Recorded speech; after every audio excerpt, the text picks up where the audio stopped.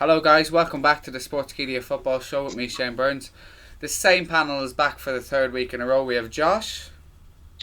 Hi guys. We have Sam. Hi. We have Tom. Hello. And Arjun, welcome back my friend. Hey. So guys, I think the best place to start was last night at the Emirates. We seen the 200 or so Arsenal fans outside protesting beforehand. We have our Arsenal expert with us on the panel this evening as per, and it's almost, I think we should almost just give him the floor for about 20 minutes and just let him get it out of the system, almost Jeremy Kyle counselling stuff. So Josh, what do you make of last night, mate? I mean, last night was a weird one.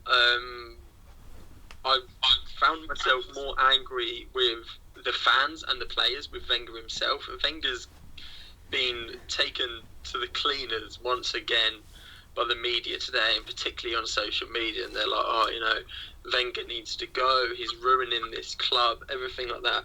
But I just want to say two things to start off. Last night, I don't think it was anything to do with Arsene Wenger. I think that we were set up well. The first half was really, really well. Then decisions gone against us, and then heads just dropped. There's absolutely no excusing the defending. But by this point, if everyone's done what they're supposed to do, like they did in the first half, we wouldn't be in that position. So I think that putting all the blame on Wenger last night is really harsh, but it doesn't change the fact that he does need to go. But I found the protest before the game, like, it's 200 people, which says everything I think you need to know. About a 60,000 stadium. Granted, it wasn't full last night, but and they're marching down the street and saying, "Arsene Wenger, you're killing this club." Now, hang on a minute. Like, if you want to know what a dying club looks like, go to Leyton Orient. Look at Portsmouth's decline. Look at Blackpool. All these clubs. Arsenal aren't a dying club. When Wenger came in, when Wenger first won the league, it was 7 years since we've last won the title, and we won a couple in the space of 3 years, and before that, it was in the 50s. So Arsene Wenger didn't come in and take on a club who was top of the league and always there, always winning trophies and stuff. And it's even worse in the European pedigree. No one's come closer to getting us a title than Arsene Wenger. Like, 20 odd years ago when he started, we had no European pedigree. It was like the Cup Winners' Cup and everything like that. He's not killing our club. He has made the club what we are. Can I just ask you a question then? You said about Wenger. Yeah. Wenger giving the success, basically building the success at Arsenal, right? And that's all well and good. Bob Paisley built the success at Liverpool, and before that, Bill Shankly. Before that, nobody had got near winning a trophy, but they didn't outstay their welcome almost. No, I think that it has got to the point where Wenger's got to go. I think that in ideal circumstances, and this is what I wanted initially when we won the FA Cup in 2014. I think that would have been the good time to step aside. But he's a passionate guy. He loves the club. He won't want to leave in this sort of situation. But I think the decision is now it's got to be taken. I don't see any way back. I think he's lost the club. I think he's lost the dressing room. I think the whole Alexis Sanchez fiasco was an absolute mess. I think that it was handled really, really badly by the club, because you had Wenger coming out saying it was a tactical decision, which made no sense in itself. It's saying that we want to be more direct. Alexis Sanchez is the most direct footballer I've ever seen play for Arsenal. So that made no sense. And then it came out that there was this argument, and then Wenger comes out and denies that there's an argument. But something's clearly gone on behind the scenes, which was then Robert Pires confirmed yesterday by saying, it was a bad tackle. There was a bit of a few words exchanged. It's nothing different to what happens in football clubs up and down the country every week. But by coming out and saying, nothing happened, like, you're sort of putting it against your own back. Like, now everything that happened has gone back to Wenger. Like, why was he lying? Why didn't he just come out and say it as it is? Because he could have said that. He could have come out and said, there was an incident in training this week, and we just felt the right decision was to leave him out from the start. But it's all sorted now. There's no problems. Fine. But then you've still got the fans who were complaining after when this came out. You had the fans who were saying, like, why was Alexis dropped if he stormed out of training? Why the hell wouldn't he be? I don't care. I think I said this in the message. I don't care if you're Messi and Pele and you've played 30 games and your team is rock bottom with 0 points. You still show respect to the manager, even if you don't like him, even if you don't like your teammates. You show respect to the club. And I don't think... Is that not a perfect example then of where Arsenal currently are at the minute? Like, because if Sanchez doesn't have that respect and he's Arsenal's best player or Arsenal's most influential player, does that not show like exactly where the club are at now, or even Wenger is at now?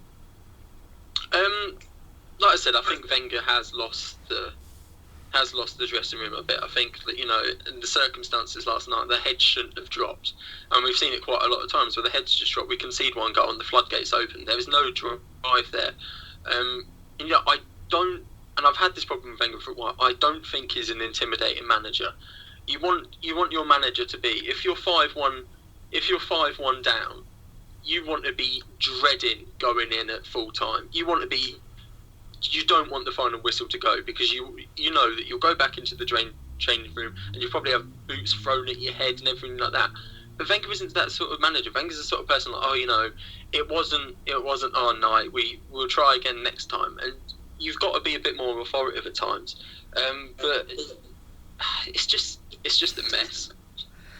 Sam, did you watch the game last night? No, because I thought it was pointless. Tom, did you? I ended up watching the second half, but you know, that's when it really got interesting. Arjun, did you watch the first half? No, I was watching the Real Napoli game. So it was only me and you, Josh, that actually turned around and watched it, and I was pretty taken back by how well Arsenal played. Now, don't get me wrong. I seen one or two Arsenal fans on Twitter saying there's a slight chance here. There was never a chance. You're playing Bayern Munich, for God's sake. You're 5-1 down. However, you know, if I was an Arsenal fan in that first half, I'd have been like, yeah, it's fine. You know, it's over. We're gonna kick on from here. You know, here we go. And then, okay, you get a red card, right? We'll talk about that in a couple of minutes. You get the red card, and you just collapse. There's no one else on that pitch that goes, fucking hell, lads, stay strong, stay tight at the back, keep them out, let's not embarrass ourselves, because you're going out, but there's nobody there to, like, you know, the best incidents I can give was when City beat United 6-1 5 years ago, is when United were 3-1 down with about 2-3 minutes to go, and they were still attacking, and City went on to score 3 goals, and Ferguson came out afterwards and, like, instead of defending or holding back on a 3-1 defeat with a minute or two to go, we just let we kept going attack, and it made no sense, because we went on and scored 3 goals afterwards and ended up being embarrassed 6-1. And it was the same last night. Even more so last night, with a half an hour to go. You can understand at least keeping it tight. Try win the game, the match itself. Take inspiration from the fact that you won that game itself, and then kick on next week, because either way you're going out of the Champions League. But take something positive out of something so horrendous. But they made it 10 times worse, you know. And Sam, the red card, okay, you can dispute it whether it was or wasn't a red card. Do Arsenal fans have a case for it not being? Possibly, but it doesn't. I sort of thought the red card didn't really matter too much. It was the reaction after it which summed up what Arsenal have been in the last few years, rather than the red card itself. Like, it made a difference to the game, obviously, but Arsenal have crumbled when they've been in that situation in the past, and then they might not have been crumbling before the red card, but they completely collapsed after that. And it was again, Koscielny goes off the pitch, and just the defence doesn't exist anymore. Tom, where does the blame lie for you, mate? Like, Josh made a point there about I found it hard to criticise Wenger, but ultimately that's where the buck stops. Who do you almost blame for last night's shambles? I think it's like you said. The players are the ones that are on the pitch, and I was going to say the 11, but pretty much when Koscielny went off, that's when it all happened. So the 10 that were on there are the ones that have to take blame for the immediate loss. However, like you said, they take inspiration from the manager. So on one hand, it is the players that, the heads dropped. They just lost their cool in a way, and they just let Bayern walk through them. However, they couldn't exactly look over to the touchline and see an intimidating figure, someone that they knew that when they get back into that dressing room, all hell is going to break loose and heads are going to roll. They looked over at a guy that looked as desperate as they did. So I think on the night, it was the players. However, in the long run, your manager's got to provide some sort of bravado and inspiration in situations like this. Yeah, I'd agree there. Arjun, it was quite interesting actually what Tom just said there about, they get no inspiration from the sidelines. They wouldn't have that next year if they brought in an unknown Italian, would they? First of all, what Arsenal lack the most is mental strength. I don't think that they lack a lot of quality. Okay, perhaps this season they haven't added that much quality, but I think over the last 10 years or so, they've lacked a lot of mental fortitude. So maybe, like if Allegri does come in, he can do that because he's someone that has a lot of mental strength. So Arsenal probably, if they do go for him, like he can correct that particular issue. And of course, he knows how to win. But in order to win with continuity, you need to have a lot of mental strength. You're not going to get into games where everything's going to favor you. Like yesterday, like I didn't watch the game, but I saw the highlights, and Arsenal seemed defeated as soon as they conceded the penalty. And of course, they got a man sent off too. But you won't see a lot of heart.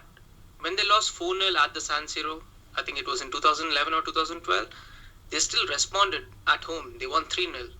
So, of course, they ended up going out, but they showed a lot of character and heart, which the fans, they saw and they appreciated. But yesterday, and I think in the past 2 years or so, they haven't showed enough character and heart because they just don't have the mental strength needed to win. Does Allegri instill that next year if he's in charge of the Emirates? Does he have the capability? Does he have even the players to be able to do that? Do you think that this is down to Wenger? Do you think this is down to something that somebody like Allegri could come in and change? With respect to Allegri, last year we were 12th in the first 2 or 3 months of the season, and we still ended up finishing first over 10 points or something like that. So, that shows how good he is mentally. And this is something, the difference between Allegri and Conte is very euphoric. If you lose with Conte, it's like a nightmare. He's going to be throwing bottles around. He's going to be like Pirlo used to say this. Whenever they were trailing at halftime and Conte entered, like he was scared because his locker was just next to Buffon's locker, and Buffon's locker was at the entrance point. And Conte used to throw bottles, and he used to go mad. He used to go crazy. But with Allegri, he's very calm. Like even if things don't go his way, he keeps assuring people. You got to stay calm. Like you can sense it. This is what the players say, that when they were losing and nothing was going for Juventus, like no referee decisions. There were a lot of injuries last year, but Allegri used to still assure them, you guys are playing well. You got to stay calm. You got to be strong mentally, and you will come back. And that last-minute Cuadrado goal against Torino, that changed the entire season. But that was when the comeback started. But Allegri is that sort of a guy. He's very calm. That is what is needed, and he's someone that's really going to mentally prepare you for a game. He's amazing at that. Interesting, Sam. I'm going to ask you this, right? Last night, the collapse that happened to Arsenal. Okay, it can happen. Teams, even some of the best teams in the world have had their day. Real Madrid, when they were absolutely destroyed by that Barcelona side, when I think it was the first Clasico with Pep and Mourinho. United, as mentioned, when they went down 6-1. You can have these games. However, over 2 legs to collapse twice. Do you think that any other top manager or any other top club, such as Ancelotti, Conte, Allegri, Guardiola, even Mourinho, does this happen to his teams? Do these happen to these teams? Or is it just does the book stop at Wenger? Potentially. This will go out after tonight. It could happen to Barcelona. Barcelona could potentially get smashed by PSG tonight. I don't think it's that unlikely because Barcelona have got to attack. So Arsenal, that's the problem with two-legged things, is once you go behind, it's the same thing that happened with Monaco and City, really, is once you go behind in the game, you don't have a choice other than to attack anymore, and it can go one way or the other quite quickly. So I think it could happen to another manager, but it happens to Wenger, and I thought the example about AC Milan was an odd one because they showed character to nearly come back, but that's sort of been Arsenal, hasn't it? Was they did get thrashed 4-0 in the first leg. And that was it. That was the word. You know, That was AC Milan's season. I think they finished 11th or 12th in Serie A by the end of the season, if I'm not mistaken. Oh no, actually that season they were runners-up, but the decline started after that. The season before they were runners. When did AC Milan last win the Serie A? They won it in 2011 under Allegri, but the season they got thrashed 3-0 by Arsenal. That's the season they finished second to Juventus. Right. Okay. Yes. but yes. it was an AC side not at their best. And basically. and it was also, and no disrespect now because I think it's a brilliant league now, but that Serie A at that stage was probably the worst it was for a few years as well. Would I be harsh in saying that, or would I be right since Mourinho had left? Yeah, that's true. Because Juventus were on the rise as well, and then now I could be, this Monaco team right now is better than what it was, but to go out to that Monaco side that were just almost on the rise when they did was typical Arsenal as well, because that Monaco team was not the same animal that we have now, and when that draw was made, even I remember thinking Arsenal, all Arsenal had to do was show up, and it was probably wrong for me to say it, but I wasn't the one getting paid for it, and I think that's ultimately what happened. Josh, bad memories? I think the thing is that whereas the AC Milan result, which was like 6 years ago now, I think you can say that was a good AC Milan performance, and Arsenal were just blown off the park. I think that both Bayern games this year and the Monaco game a few years ago just comes back to stupid errors.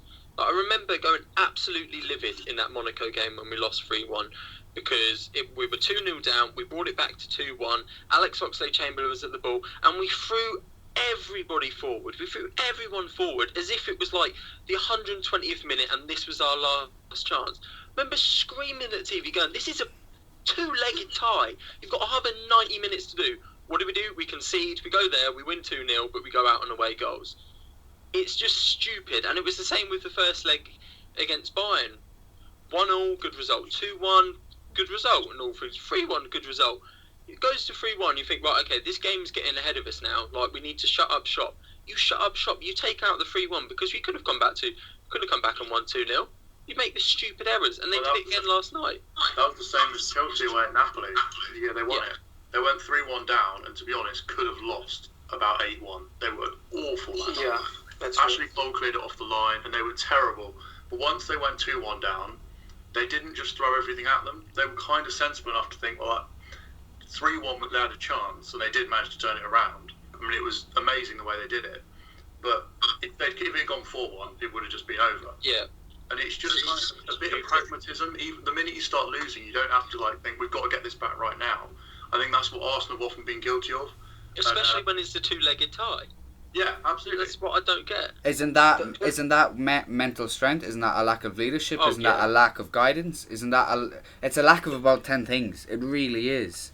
Tom, you must be. Huh? The thing in Europe is that you must be strong mentally. You're not going to get everything in your favor. You're going to make mistakes. Refs are going to make mistakes. You're not going to have everyone available for the game. But you have to respond. Like, it doesn't matter if you concede in the 90th minute. Or you're still going to have time to respond. You must be calm. And that's something with Arsenal that it's not that they make mistakes. It's that they don't show any heart at all. I think the thing that I think with Arsenal this season is that the last time I've actually watched a game and gone, wow, we played really well, was when we beat Chelsea. Since then, everything has seemed almost forced. It's been, I don't even know how to sum it up. It's literally been so forced. Like, it hasn't come naturally. They've just grinding out results. I can't remember it was literally Chelsea. It was the last game I thought, wow, we've played really well there. Wasn't the West Ham 5-1 since that? Yeah, that's true. Yeah, I forgot about the West Ham. West Ham were appalling in that game, and it Yeah. was mainly Sanchez. But this I is mean, the it thing. was- But I mean, it was even when we beat Ludogorets 6-0 at the Emirates, they had chances. They had plenty of chances. Like, they could have gone up. David Ospina kept us in the game at one point. And I want to bring one thing up because I'm actually really, really pissed off at this and how this is being glossed over in the media. Alexis Sanchez had the worst game of his Arsenal career last night. He was absolutely woeful. You see him, and he gets away with it because he's got passion and he runs about a bit. If someone misplaces a pass to him, he goes livid. Last night he was misplacing passes, he wasn't tracking his runner, and then he lost the ball for the last goal. Will anything get said? No, of course he won't, because he runs around a bit. You've just said it, mate. You've just said it. Yeah, that's true. And the other thing is, Arsenal stars, or so-called stars, they have to turn up in big games because they do not turn up at all. Whether it's Ozil or Sanchez or anyone, they just don't turn up. I want to bring this up about Ozil. You can blame the manager how much ever you want, but at the end of the day, these stars or so-called stars, they must turn up. I honestly don't think it's Mesut Ozil that doesn't show up. I honestly think it's the system, because Arsenal played the same system at the weekend without Mesut Ozil. Alex Iwobi was in that position. Alex Iwobi was invisible. Pack I think honestly, it I think you in. could put anyone in that position. Not and a they hope wouldn't in show up. hell. He was the exact same for Germany as well. He is the most mentally weak, big name player that there is in the world right now. And I think if he did leave Arsenal, he's more than replaceable. Sanchez maybe not. Well, Sanchez he is as well, but it's going to take big money or whatever. But Ozil, I don't think Ozil will go because I don't think No, anyone would take him. I don't think so either. I think he could possibly return to Germany with Bayern Munich, Yeah, but I don't. He gets more pressure and more abuse from the German press than he does from the England. Yeah. So I couldn't see him going back to Germany. Oh. I'm not couldn't see him going back to singling out Ozil. I'm not just singling out Ozil, but this has been a problem like since the last 6 or 7 years, where the key players of Arsenal, they just don't turn up when they're supposed to turn up. And of course, the blame should lie on the manager, but still, at the end of the day, it's the players, that have a chance to just turn any situation on their own, but they just don't do it. Well, I think that even when they do turn up, I think it's a case of like one or two of them turn up. Alexis will have a few good games, and Ozil will have a few good games, but no one's on song at the same time. It's just that they lack someone with a strong personality.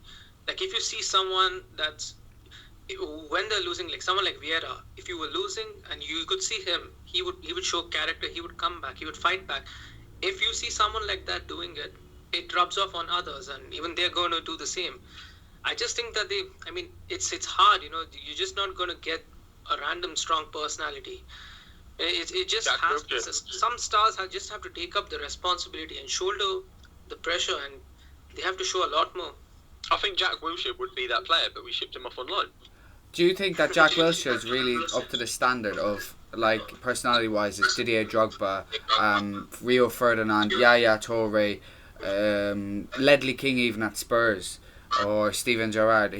That's another class behind it. And if you settle for Jack Wilshere for the biggest personality in the dressing room, or the most inspiring character, that just shows how far Arsenal have regressed, especially when you compare him to Adams, Vieira, Henry, even Van Persie. Well, yeah, but I think that is Wenger though. That is he doesn't like those players. He doesn't like players that would be prepared to stand up and say, no, this is wrong. We're doing it wrong. He doesn't like that. So that is why those players aren't there. Tom, is this the year Spurs finally finished ahead of Arsenal? I thought last year was, but I think I jinxed myself then, and look what happened then. So I don't want to jump the gun just yet, but all signs are pointing towards it happening, because for the simple fact that Arsenal are going through their yearly slump quicker and a lot worse than anyone could ever imagine it to be at this stage of the season.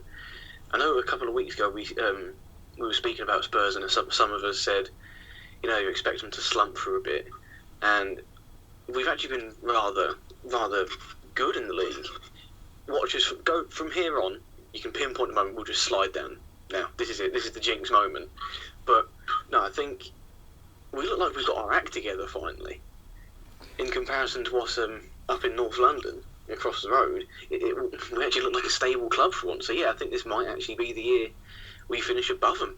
Well, I was up at White Hart Lane on Sunday, and I was at the Emirates last month for the game against Watford actually. Okay, and forget the post match, but the pre match for both teams, the supporters on both sides are have completely swapped roles basically, because in around White Hart Lane there's a buzz, there's a big atmosphere, there's fans pissed everywhere, fans jolly. Okay, you have the new stadium, or they have the construction of the new part of the stadium, which is starting to get a lot of fans talking as well. But around Arsenal, you have doom and gloom. It's almost like they're just showing up because they've already paid for their ticket, and they don't they don't have that spark or fire of their belly like Spurs do. There's such a stark contrast between them, and compared to where they've come from in the last few years, it's quite. I'd be a little bit worried, Josh. Yeah, I am. But to be honest, I don't care. I honestly couldn't care less if we finished above Arsenal or Spurs. For me, it doesn't make any slide of a difference. And it's the same with like qualifying for the Champions League. Like, you had Rio Ferdinand last night saying, like, oh, be careful what you wish for with Wenger. You could miss out on the Champions League. Honestly, I would happily go 3 years without Champions League football if it meant we'd actually complete. Because what's the point in being in the Champions League every year if we're not going to go anywhere? I think that's I've always thought that about Arsenal. Is I would find it more frustrating and kind of boring to keep failing in the same way at the same point every season. Like, I'd rather have the ups and downs. Yeah, I would honestly rather go to the Europa League and get to the semi-finals or something. Well, yeah, like I say, get to the last 16 each year. Doesn't do it. But the other thing is, financially, it's an incentive to play in the Champions League. And football's a business now. Arsenal don't have the problems with the finances. This is it's also about attracting players, right? So Liverpool last year they reached the final of Europa League, but they weren't there in the Champions League or Europa League this year. But so is that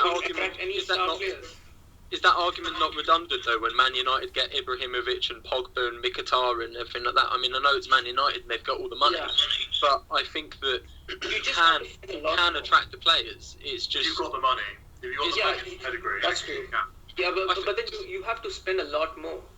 I think Arsenal do have both. It's just, I don't know. My main worry is that I don't think Wenger will go in will necessarily solve all our problems. I think it goes up to board level because I just think that our owners are absolutely awful. I think Stan Kroenke is the worst thing that happened to our football club in God knows how long. And his son coming out this week saying he wants Thierry Henry to replace him. No, it's just a mess. Sam, pardon me, Josh, you're Stan Kroenke. You're employing somebody in the summer. Wenger's handed in his notice, if you like. Whatever it works it with behind the scenes, right? You pop up with 3 managers on a list. Who's on that list for you? Are you asking me as if I was doing it, or if I was Stan Kroenke and what sort of idiots he'd pick out? Because I think the two lists are entirely different. We'll go with your list, mate. My list, I'd probably look at Allegri. I think he would probably top the list.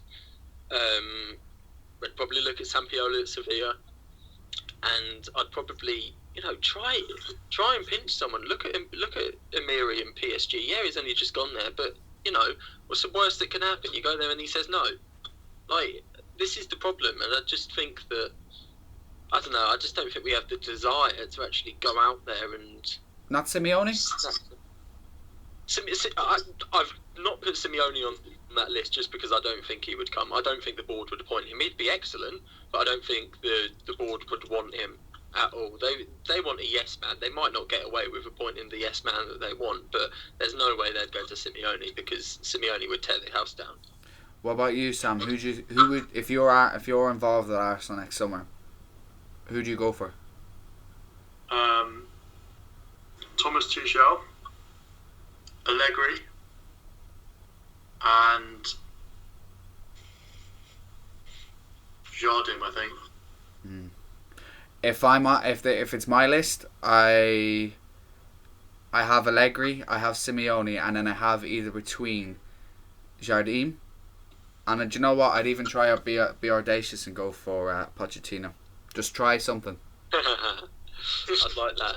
I think that what's perhaps not necessarily more important, but it's going to have equally bigger an impact, is I think we need to bring people back into the backroom staff and into the club who have a connection to the club, because we lost Lundberg, Vieira's gone, Arteta's gone, Henri's gone, all this sort of stuff. You've lost identity.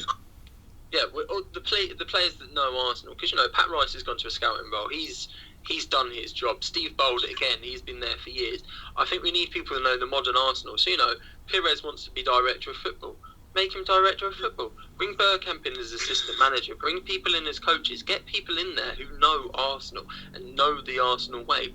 Because, I just think that I think the club as a whole has lost identity. And it's really weird because it shouldn't have. We should have, since moving to the Emirates, we should have built on our identity. That should have been our platform. But it's just slumped and we just sort of lost it. I just want to bring up a quote from Allegri to BBC. I think it was a couple of years back. This is actually very interesting, and I think it's quite true too. He said that for a team to achieve to the top level and to win a lot, it needs to have all the three things in sync. 1, a competent management. 2, quality players. And 3, a competent coach. If they need to have all three of them, and if they don't have even one of them, then they're never going to get to the top. And that's something that, first of all, Arsenal need to sort of the management, because I don't know what it is, but it just seems to me that they're more of a business than food-based. I think that sums up. Arjun, have you any news on Allegri coming this week for our listeners? Well, he did say against Udinese when we drew that all the rumours about him going to Arsenal are all false. And the Juve CEO, Giuseppe Marotta, he said that at the moment, everything's good with Allegri, and he's 100% sure right now that Allegri is going to be the coach of Juventus next year. And there are also other rumours floating around that Juventus have offered him a new deal until 2019. His current contract expires in 2018. So he may be open to extending it, because he's always told us that he's happy in Italy, and if he wants to become the coach of the Nazionale, I think that he could get that job in 2018. So maybe he would want to stay here for another year or two. So what do you feel are the percentage chances of Arsenal actually getting Allegri or convincing Allegri this is the club for him? No offense to Arsenal, but I think it's going to be a big step down for him if he goes there. Because right now, I think that if you take every aspect into account, I think that Bayern and Juventus are the best run clubs in the world. I can understand if he leaves Juventus for Real Madrid or Barcelona, but to go to any club in the Premier League right now, it's going to be a step down from Juventus. That is. When I mean step down, it's just going to be that hard for him to get back to the top, and it's a big risk, because he's not going to get another top job or get an offer of the Nazionale next year. So he must be careful in making certain professional choices. Okay, guys, I think that we'll call it a day on the Wenger and Arsenal situation. I don't think there's much else to cover really, but it's going to carry on. I'm sure we'll speak about it a lot between now and even the end of the season, and God knows what will happen in the summer, to be quite honest, because I get the impression even Wenger doesn't even know. So, Tom, I want to move on to Spurs. Bloody hell, they were impressive on Sunday. What do you think? You must be excited. I would be if the gap between us and Chelsea wasn't 10 points, but no, it's the first time in a while that I've genuinely been excited for what our team can do. I mean, I've lived through Tim Sherwood, One-Day Ramos and Andre Villas-Boas. This is almost as good as it gets for us. We've had some awful times, and then we're coming into this where we've actually got a manager that makes the right noises and actually looks like he wants to stay. A squad that looks fairly settled. The bench does need improving, because I'm willing to bet that all of us here have got a better first touch than Moussa Sissoko. But with a bit more depth and, a little bit more improvement in the squad, I think we could go far. Maybe not win the league, but challenge. I want to ask you something, Tom. Go for it. If you had to choose this season between a top 4 finish and winning the FA Cup, what would you go for? Now that is an Arsenal question. Good God. You know what? I'll take the FA Cup. Yeah. Because it's more important for this team to win something than just to finish third again. Because there's only so many times that we can finish third. And you look at, I don't mean disrespect to Arsenal, but you finished in the top 4 so many times, and the only thing that you can come out of the past 12 years is 2 FA Cups. I don't want to be where'd you that go situation. from there? Personally, I wanted the Europa League this year, and we didn't exactly give that the full go we should have, but we're still in the FA Cup. We got a fairly reasonable tie at the weekend against Millwall. You know, the only trouble there should really be between the fans, but let's hope that doesn't happen. You know, I think it's important for this team, for Pochettino, to actually win something and not go, oh, but we finished third. Yeah, you don't get a trophy for that. That's not in the record books. And the FA Cup is, the Europa League is. I think, yeah, I'd probably take an FA Cup at this point and just take a year in the Europa League and get used to winning something in big stages. Sam, do you feel that it's Kane or that it's Ali is Spurs' most important player, or do you feel it's somebody else? It's got to be Kane at the moment, just because there's no one else that scores goals. I still think he's underrated, despite all the praise he's getting at the moment. I think it's probably Kane ahead of Ali, just about. Do you think United should scrap any idea they have for Griezmann and just do whatever they could to try and lure Kane to United, to Old Trafford, instead of Griezmann himself? No. I think Kane is absolutely fantastic, but they don't want to negotiate with Daniel Levy, do they? Negotiating with the devil almost, isn't it? But I was asked today. I did a transfer section on Facebook Live for Sportskeeda today, and I was reading up recently about that United are actually trying to discourage Mourinho for wanting to pursue Griezmann because of how complex that deal is. And I was thinking, yeah, okay, but where do they go from there? And then I thought, why not Kane? Or forget the Levy side of it, but if you can somehow turn his head to want to move, that's half the battle alone. And surely somebody like Harry Kane would be better than Antoine Griezmann, because I feel Griezmann lacks mental strength, to be quite honest. I think Kane would be he would be almost the perfect signing for them, but I think Tottenham would ask Pogba money. More. I think more. Yeah. I think this summer, I don't think Harry Kane would want to move this summer, even if ridiculous money was put on the table. Because if he goes to Man United, for example, he's got to compete with Ibrahimovic and this other stuff. If he stays at Spurs and have another good season, he's nailed on to be England's leading striker next summer. Yeah.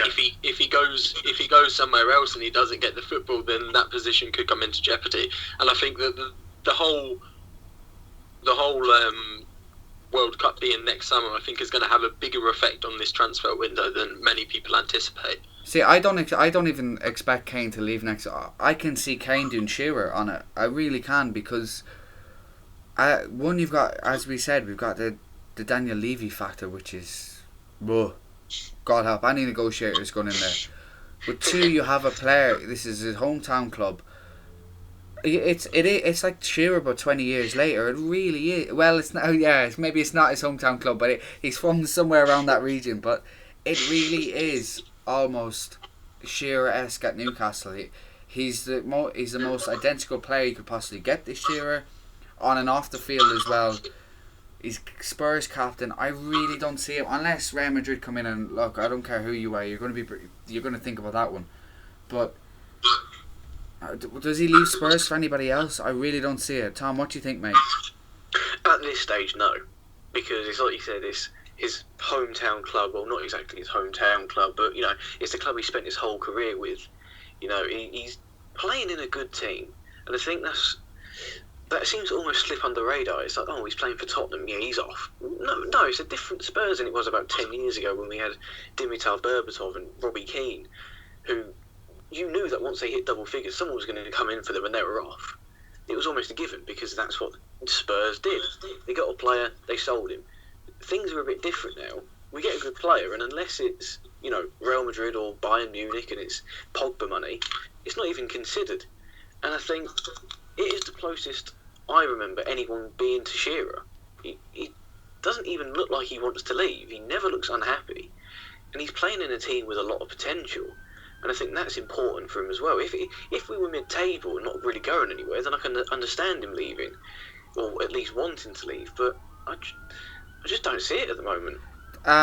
Sam, do you think that I made a point there a couple of weeks ago, and I can't remember if any of you agreed with me, but I get the impression this season will be the season Spurs peak, and it's going to start to slowly decline. And the Wembley factor alone, the possibility of Pochettino leaving and maybe one or two others, I really don't think that Spurs can carry on this momentum. Am I wrong? I think a lot is about Pochettino, and then their problem is either continuing to develop their own young players or finding bargains somewhere because they're not going to be able to compete with the other sides financially. So Tottenham's squad at the moment, I think, is nowhere near its potential. There's a lot of players there that are just going to get better. I mean, Kane and Ali are the obvious ones, but there's not guys that are sort of over the hill there at all. But this summer, you're thinking like the two Manchester clubs are probably going to fight for players. They can probably both price Chelsea out of deals. And then Arsenal, you don't really know if they're going to want to spend or not, or if but they can fight with them if they want to. Liverpool can't. Tottenham definitely can't with the stadium at the moment, and they just don't generate as much money as the other teams. So I don't think they'll necessarily drop off, but it's not their fault necessarily that they won't catch the other teams or keep up with them, as they might be treading water a little bit. I think what's the biggest danger to Spurs is what Arsenal had in the first few years when we moved to the Emirates Stadium, is that we wanted to keep our best players, but we couldn't afford to, and I think that is the danger that Spurs have. Arjun, do you feel that? Win things. Arjun, do you feel that this Spurs team as well? Like Tom, you mentioned about the bench and the frailties on the bench. That's pretty clear, but with the exception of Wanyama in the last maybe year or so, I think that the transfer policy has been pretty garbage as in who they've signed. You look at 30 million on Sissoko, you look at NG, you look at N'Golo. Who else have they signed? They've signed was Ben Davis last year or Kieran Trippier. I know they're both second to Rose and Walker, but are they at that level? Do you think that they need to up their game almost in the transfer market if they can? Arjun? Yeah. First of all, I think that Kane is one of the best strikers in the world right now.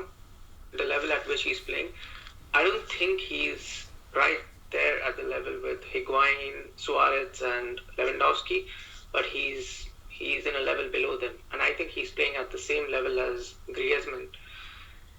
Coming back to Spurs, I think that their transfer policy since they sold Bale, it hasn't been good. Pochettino, he's had to do a lot of hard work to sort out the mess that they were in, but I think next season is going to be very, very challenging for them. That is why I think that they should try to somehow stay in Europe, and by Europe I mean Champions League, and try to achieve a certain financial stability and keep their stars. But I do see Kane leaving, maybe not this summer, but I think he could leave in the next 2 years or so. Because what's he going to do when Barcelona and Bayern are going to come calling? Is he going to agree to stay at Spurs, or would he prefer to go there? Because he's not going to piss anyone off, because he's not moving to a club in England. So I think it's also good for him, if he stays at Spurs for 1 or 2 years. But after that, I think that if Spurs aren't at the level that he wants them to be, he should move. See, that's a fair statement actually, and there's another club I hadn't thought about is Bayern Munich. And hear me out, because Lewandowski isn't getting any younger, and say if you replace Lewandowski with Kane, you're almost replacing like for like there. Now, whether Bayern would see him as a Bayern Munich player, even personality wise or marketing wise, I'm not sure, but that would be a like for like signing. That would be the next Lewandowski potentially, if you like. Would I be wrong? Honestly, after Higuain, I would really love to see Kane at Juventus. but I don't think we can afford him, considering Levi is known for extorting people. But it's interesting also because we have a youth player whose name is Kane, but his name is spelled as Kean and not Kane, and he's a Raiola client. So like I personally want to see Kane at Juventus because there are not a lot of players who have the same qualities that he does. He's an amazing finisher. He's always hungry for goals. But what's more important about his attributes is that he works very, very hard for the team. He sacrifices. The way he runs and he covers so much ground. It's amazing how what he offers in terms of pressing. See, that's true, and I think I might have been a little bit harsh when I said that Spurs need to up their game in the transfer market because I did forget that they signed Oliveira for 12 million. They signed Dele Alli for 1.5 million, and they signed Wanyama for 12 million as well.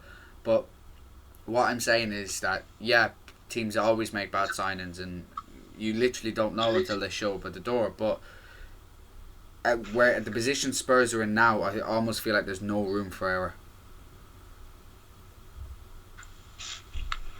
Yeah, I've got to agree with that one. That's a few years ago. Maybe we could get away with one or two average signings, but if we want to, keep up with what we're doing, we've got to have more Wanyamas, Alis, and Alderweireld's than Ng's Ng, Sissoko, and Vincent Janssen. If you want to back up to Harry Kane, you don't go for someone from the Dutch league. With all respect, you go for a Batshuayi. His role at Chelsea is no different to what he'd be doing at Tottenham. He'd arguably be getting more games with us.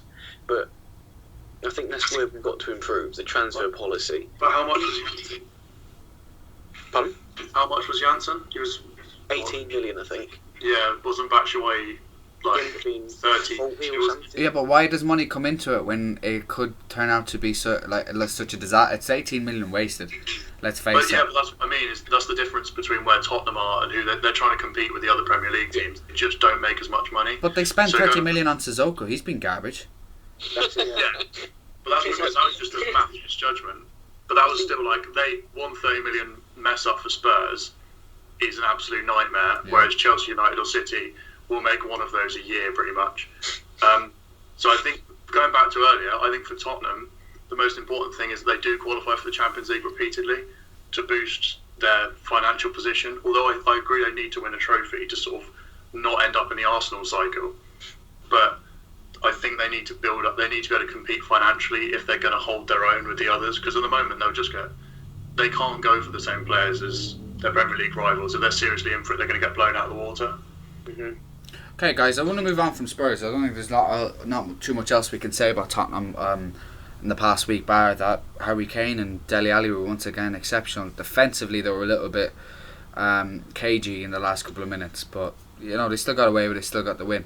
I want to talk about Chelsea, and the reason I want to talk about Chelsea is because I want to talk about the PFA Player of the Year. Now, apparently on the shortlist, I think it's due in the next week or so, is 3 Chelsea players. Sam, for you, is N'Golo Kante a PFA Player of the Year? Potentially. I hate having to make these decisions with so long to go. Well, it's going to be announced soon enough. It's going to be announced in the next 3 to 4 weeks. I don't think it's really fair to make, because they got picked one year, was it with when Hazard won the other year? I think it just gets picked too early. But for me, Kante, I'd say between Kante and Luiz at the moment. Eden Hazard's the second favourite for the prize, if you like. Has he even been Chelsea's second best player all season? Yes, probably, but I think he's had too many poor games. There's been several, particularly away games, where Chelsea have needed him to do something, and he often hasn't. It's been Pedro instead. And I think he disappoints far too often. He's so good that he can sort of get away with disappointing. That's kind of the problem. See, that's what I don't understand, is that everybody talks about Hazard in this category of just under Messi and Ronaldo. He's nowhere near it. He isn't anywhere near it. I don't even think he's as good as Sanchez, genuinely. Okay, technically and for ability, yeah, but No, I'd still have Alexis Sanchez over him. I'd probably still have one or two other. I'd have Kevin De Bruyne over him. I really would, and that's not me being biased. I genuinely would, because I feel like they show up more often than Hazard. As you said, Hazard has a lot of poor games and does go missing quite a lot. Diego Costa had this in the bag at Christmas. I don't think you can compare De Bruyne and Hazard, though. I think Hazard goes in and out of games, but Hazard wins quite a lot of games on his own. When he does, he's that good. That when he does play, that's what I mean. Is the reason he's in contention for the award is when he has had his good games, Chelsea won the game. Is that simple a lot of the time? But that is built upon stuff that Kante, Luiz, even Matic do behind him. But I still think he goes missing far too often. Not necessarily missing, but he's just, you can see it. He'll receive the ball some games and just he's not going to dribble at them. You know he can. You know he can be his defender if he wants to. But sometimes he gets the ball and just he'll dribble sort of across the pitch a bit, pass it to Pedro, and then that'll be the end of that. And Hazard just won't fancy that. Josh, did you watch the game on Monday night? Were you impressed with Chelsea? I was, yeah. I think that, well, I've been impressed with Chelsea all season, really. I don't think there's too much more to say on that front. But going back to the PFA Player of the Year and everything, is that I don't think Kante will win it. He deserves it, but these things are always a popularity contest, and Kante isn't a headline grabber. Kante isn't the player that's like, oh my god, he won us the game, what a game by Kante. And that's why I don't think he'll win it. It will go to someone like Hazard or Costa or Kane or one of these headline makers. See, I'm not so sure. I really am. I really do see Kante being taken the award, because I don't think I was thinking about it the other day before I seen the potential list, and Sanchez and Costa had it in the bag, or Sanchez or Costa had it in the bag up to January. But when you take away their form, there's not many players who've been consistent for the whole season. Kane he's been injured or whatever, but it's now he's really starting to show that world class ability again. Not saying that he didn't beforehand, but it was a bit stop start. Dele Alli was the same. City were too inconsistent that halfway through the season, so none of their players could be mentioned. However, I do think that one City player should be named as the young player of the year, and I'm going to come back to that. So you look at that then, and people are talking about Ibrahimovic. What is that about that he could be even mentioned in the same category as Kante, Hazard, Costa, Sanchez this season? For God's sake, man.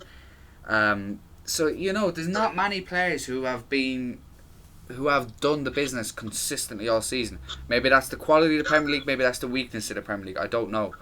But Tom, for you, who's the PFA Player of the Year? It's got to be N'Golo Kante, isn't it? Hazard does. He does these tricks and he does his dribbles, and it's all nice to watch and everything, but he's nowhere near as effective as Kante is for Chelsea. And I know it sounds weird that the attacker isn't as effective as the central defensive midfielder, but Kante is unlike any defensive midfielder that we've had in this country for years. He's an absolute machine of a man.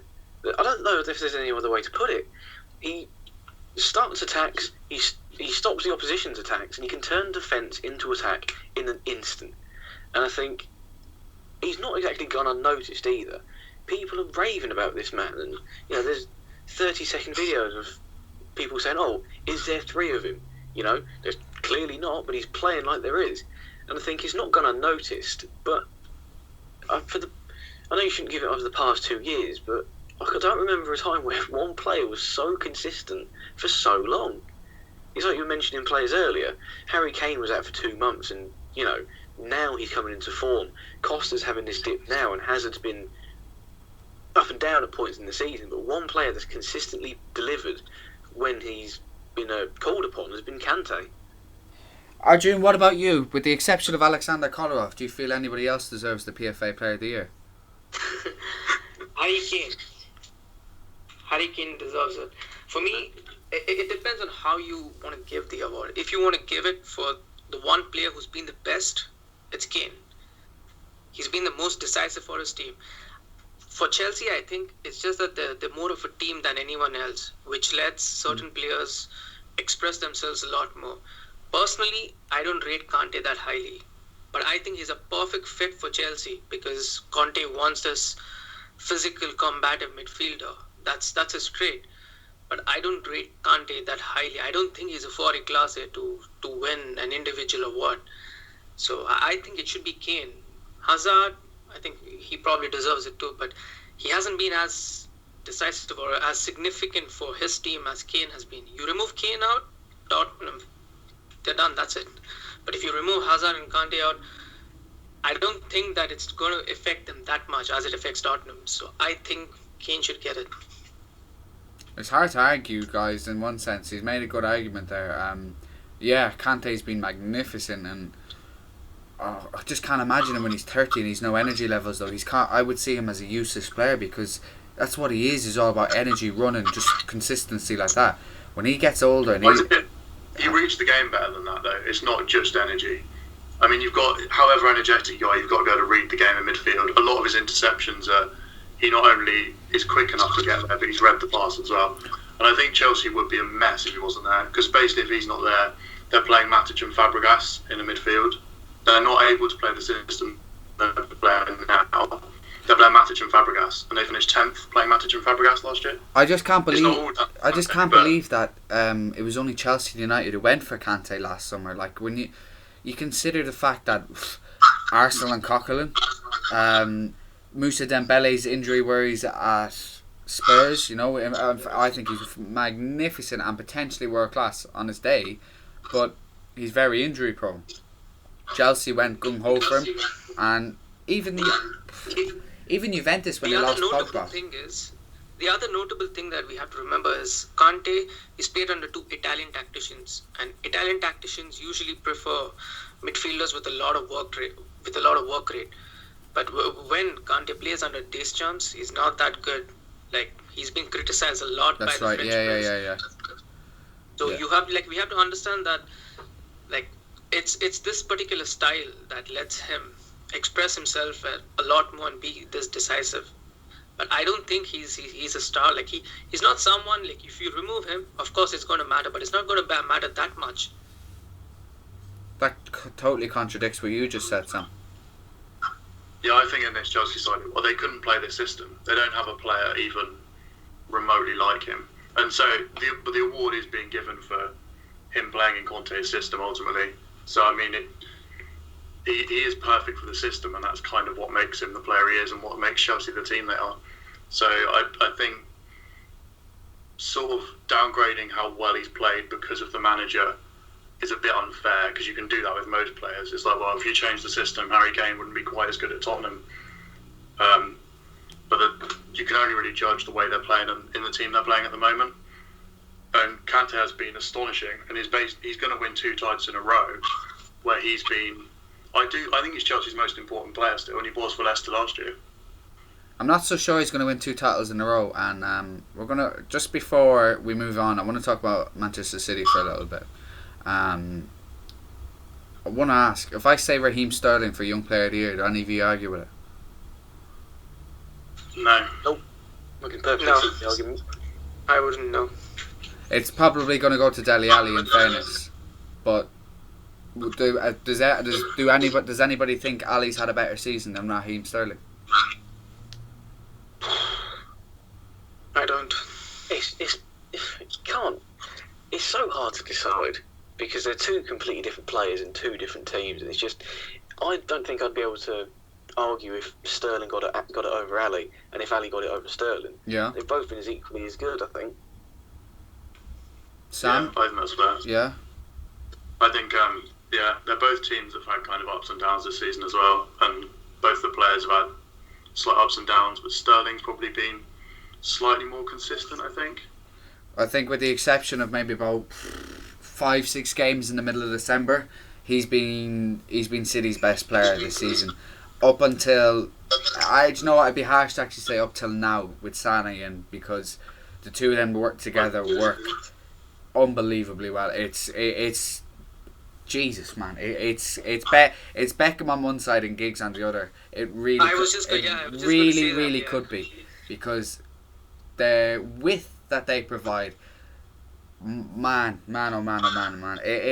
I've never been able to watch City right now and have so much belief that we're going to score every single game, because with those two and the width that they bring and that midfield of De Bruyne and Silva, or whether it be Yaya Toure coming in and his form, or Fernandinho holding because he's box to box. I've never been able to watch a City side and be like, you know, we go out one down, we'll be like, yeah, we'll outscore them. That's what we're going to be able to do. But I think Sane is really, really decisive to that, and I think Sterling is as well. But like, it has to be two out and out wingers in this system, and for me, Sane is on the cusp of becoming world class. He's not now, but I'm saying in 2, 3, 4 years time, this kid is going to be. He'll win Young Player of the Year next year, I think. You made that argument a few days ago, and it's hard to argue. Injury free and all that, but he can be whatever he wants to be. He really, really can be. Josh, am I wrong? No, I don't think you are. I think that they're both really, really impressive this season. From the England perspective, it's really good to see Raheem Sterling back on form, and then Leroy Sane is just a freak of nature almost. Like he really, really could be something truly special. Do you know tonight it would be, if he features, it would be Raheem Sterling's 150th Premier League game, and he's still only 22. Wow. Yeah. That is impressive. No, it is impressive. Go on, Arjun.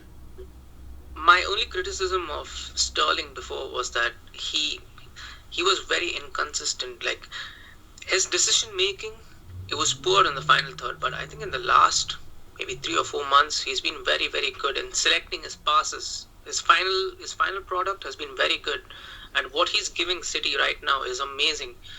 It's not just that, you know, he gives them width, but he gives them a lot of options and directness. But at the same time, he's also able to play in Guardiola's system, which is to keep the ball and to keep possession. And he also works very hard. So now you mentioned about incredible talent. You mentioned about his being able to find that final pass, and I must say, if you look at any of his maybe last 5, 6, 7 assists, they're all very similar, and as in a sense, so many times, even last year on the Pellegrini, if Aguero was running into the box, he was trying to pinpoint that ball to Aguero. Now he's just putting it into space and being like, you do the work. I'm giving it to you. You do the work. So he's putting it into the. Look at the goal for the Sunderland goal. He just puts it into the front, in across the front post, and Aguero has to do the donkey work, if you like, is in getting in front of the defender and tapping it in, because Sterling can only do so much. If he keeps trying to fire these balls directly into these players, it's constantly being cut out, or it's constantly making Sterling look poorly. And I totally agree with what you said, as in Sterling's end product was awful, and it still needs a lot of work, because Sterling, unlike Sane, isn't natural with the ball at his feet. He's very prone to getting it muddled up right underneath him, where Sane has it, you know, he can just run and run and run. But I'm not sure if Sane has the tenacity that Sterling has. So, you know, they really, really complement each other so well. And this one particular point I want to mention, Guardiola's idol, his mentor, Cruyff, he used to say this a lot. If a player is fast, you create space for them. You make the pitch bigger. And if a player is slow, you make it smaller. And that's what Guardiola has done with Sterling and Sane. He's made the pitch look a lot bigger by giving them a lot of width, and they have a lot of pace and quality, you know, to trouble their opponents. Guys, if City win tonight, is the title race over still? Yeah? Nobody's saying it's still on? I don't think it's on, but it's very hard. Being honest, looking at Chelsea last night, they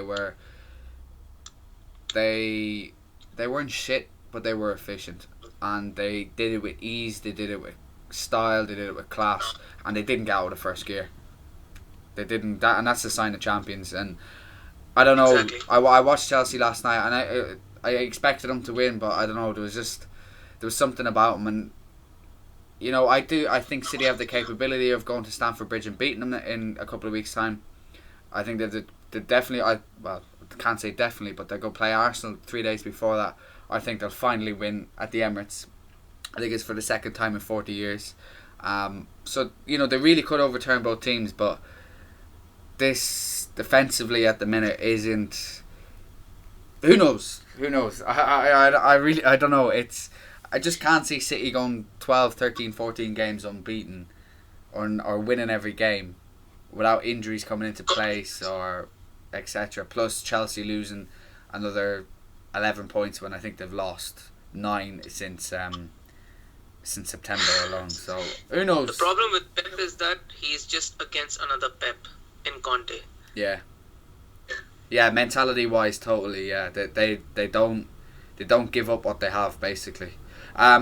Guys, I want to finish off tonight, and I want to have about 10-15 minute discussion, and I think we can all relate to this because this is pissing me right off, and it's come from today. Tyrone Mings getting a 5-game ban. Josh, do some ranting for me because I'm going to carry on going for another couple of minutes if you don't take over, please. It's a difficult one because it's really, really, really difficult to assess whether it was deliberate. So why has he been charged for 5 games? There was any. Oh, because the FA's redundant and pointless. I think we've known this for a while. Okay. Then why isn't Ibrahimovic not only charged for his elbow, but charged for his? Now, I don't care if Mings get 15 games ban. It's no skin off my nose. But what annoys me, and again we talked about it last week with officiating and whatever. What annoys me is the lack of consistency. Literally 2 seconds before that, not only did Ibrahimovic wrestle him to the ground in a wrestling move, red card, he then proceeded to jump over him, tried to stamp on him, and that is clear as day. And then when he got, in fairness to him, he did make a meal of being stood on. He got straight back up. But yet it's Mings who you can't tell if he did or didn't do it on purpose, gets the 5-game ban. Now personally, I don't know. I was going to say I do or I don't, but I don't know. But the fact you're going to ban one when you don't know, the hell you're not banning the other one?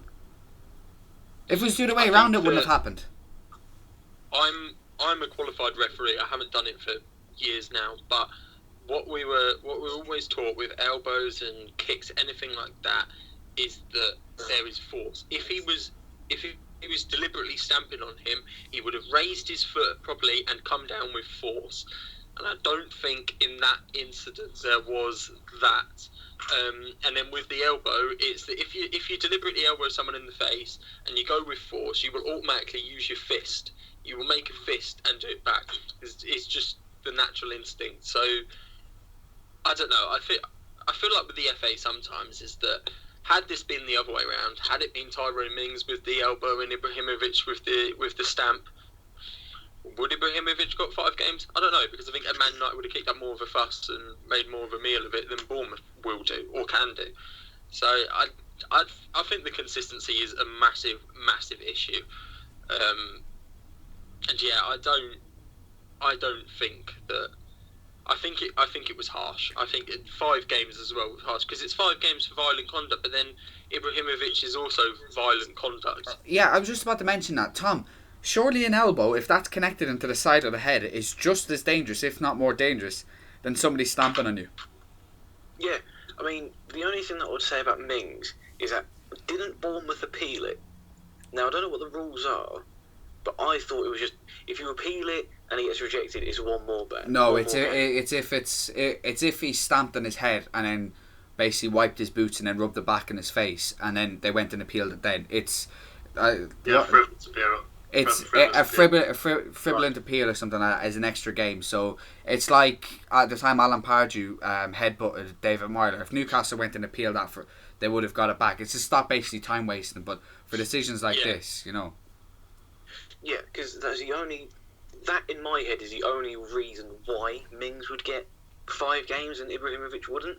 I think after the game, I was speaking to some of my friends and I said, you can't ban one without banning the other in this incident because you can't prove whether Mings intentionally stood on him or not. So I think 3 games for both would have been fair. No, I think 5. But an equal amount, whether it be 3, whether it be 5, an equal amount for both in this situation is probably fair.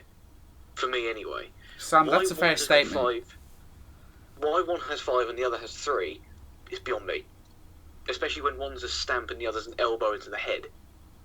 Stan, that's a fair statement. Surely you'd agree, or at least concur that the fact that, Jesus, lads, honestly, one of them could have been seriously hurt, and it's no skin off any of our nose. None of us are United fans, and none of us are Bournemouth fans, and none of us have any connection to it. But you just want to see consistency. Like, again, as Tom said, surely if it's 5 for one, it's 5 for the other. End of. No discussion. Sam? I'd like to see violent conduct, like either of them, increased from a 3-game ban anyway. Because, like you say, the danger of throwing an elbow or a stamp. But I think with the Mings one, it's a bit of...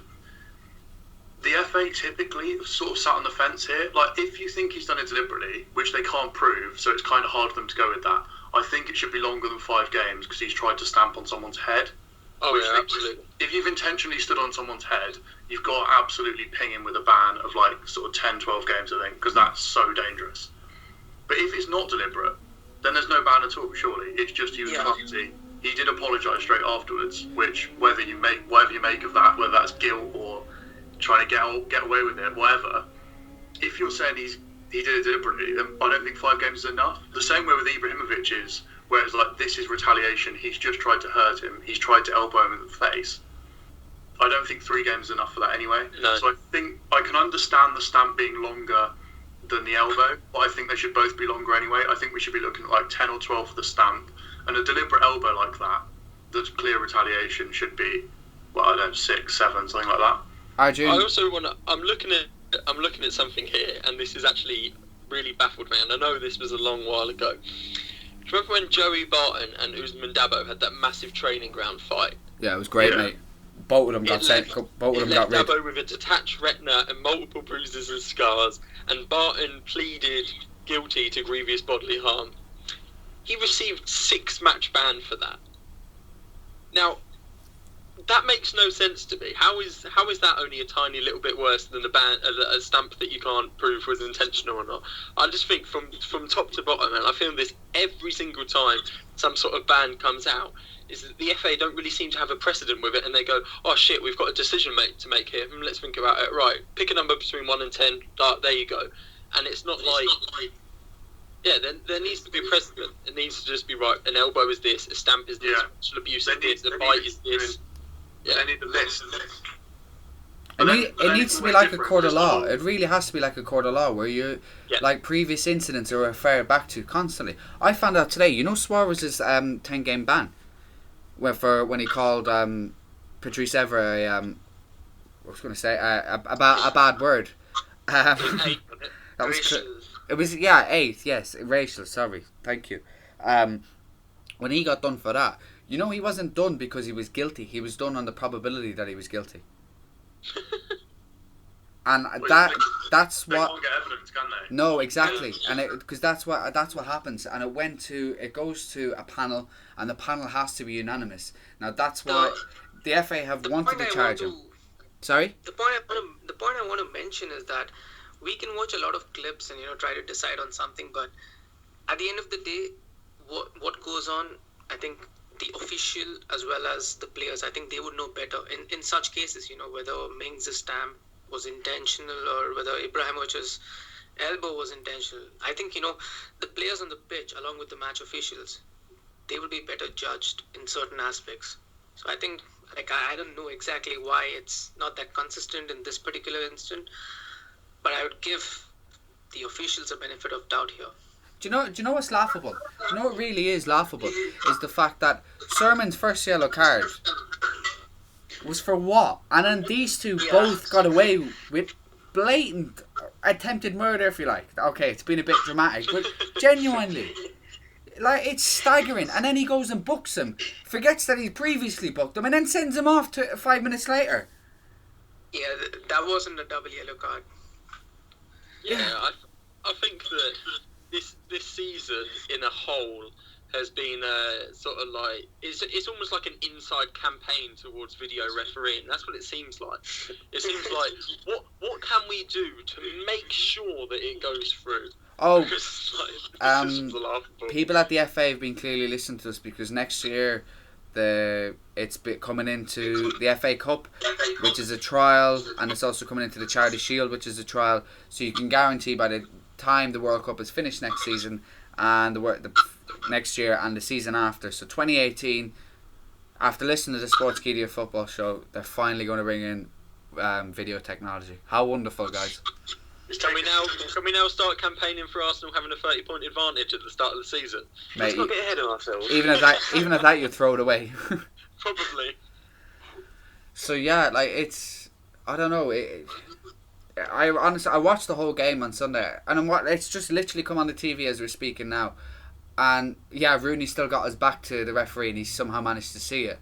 But honestly, it's shocking. It really is. The officiating is so bad, and Kevin Friend has arguably been the worst referee all season. But he still gets these big games. He still gets all the favourable decisions. I haven't seen or heard of Mike Dean in the past 6 months, to be quite honest, since he got demoted. And if that's the case, good, drop him. Just send him down the leagues. Give him a Bury and Fleetwood Town game. Make a decision then. You could get rioted outside after the ground. You know, there's too much protection. There really is too much protection. Guys, I'm going to leave it there. Josh, I just want to throw something into the mix as well to really make your evening. Pep Guardiola announced today that that Arsenal attempted to bring him to the Emirates Stadium last summer, but Wenger blocked the move. I thought I'd leave that I thought I'd leave that right till the end. Wow. There was negotiations apparently last October that took place. Apparently he'd already given his word to City, however, so it probably still wouldn't have happened. But when Arsenal wanted to do business, Wenger, obviously you have to push Wenger out because he had a year to go. But he said something along the lines that there was obstacles in the way about a move to Arsenal potentially occurring, and you know, and it wasn't London life, it wasn't money, you know. Enjoy your evening, my friend. Yeah, thanks for that.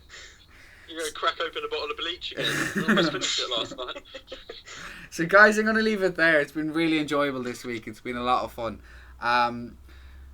If again any listeners, you have any more questions, if you're really starting to enjoy the show, start to like, comment, subscribe, share, whatever these social media platforms allow you to do.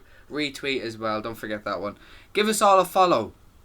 You got the Indian Regista in our June. You've Sam Cox, just Twitter search it. You've Tom Scholes, Twitter search that one. And also Josh, what's your username, mate? Chalice11. There you have it, lads. You know where to find us. Any questions for any of us, follow us, tweet us, like us, whatever you want to do. Abuse us, yeah. Freely. I don't get much of that, to be honest, so yeah, I'm going to leave it there, guys. We'll be back around the same time next week. I hope you enjoyed the show.